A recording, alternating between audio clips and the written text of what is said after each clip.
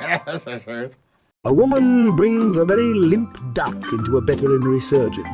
As she lays her beloved pet duck on the table, the vet puts his stethoscope to the bird's chest and listens carefully.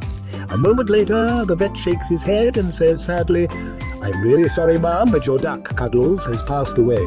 The woman becomes quite distressed and begins to cry. "Are you sure?" she says, with tears flooding from her eyes. "Yes, ma'am, I'm sure," the vet responds. "Your duck is definitely dead." "But how can you be so sure?" the woman protests. "I mean, you haven't done any testing on him or anything, have you? Perhaps he's just stunned or in a coma or something." The vet rolls his eyes, then turns around and leaves the room. A few minutes later, he returns with a black Labrador retriever. As the duck's owner looks on in amazement, the Labrador stands on his hind legs, puts his front paws on the examination table and sniffs around the duck from top to bottom. He then looks up at the vet with sad eyes and shakes his head. The vet pats the dog on the head and takes it out of the room. A few minutes later, the vet returns with a cat. The cat jumps on the table and delicately sniffs at the bird from its head to its feet.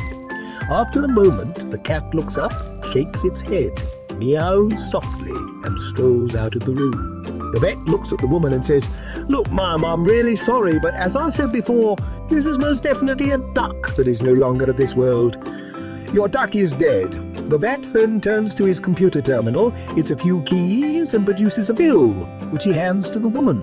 The duck's owner, still in shock, looks at the bill and sees it is $150. $150 just to tell me my duck is dead! She shrieks with incredulity. The vet shrugs his shoulders and says, "I'm sorry, ma'am.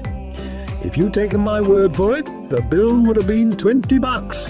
However, with the lab report and the CAT scan, it's now $150.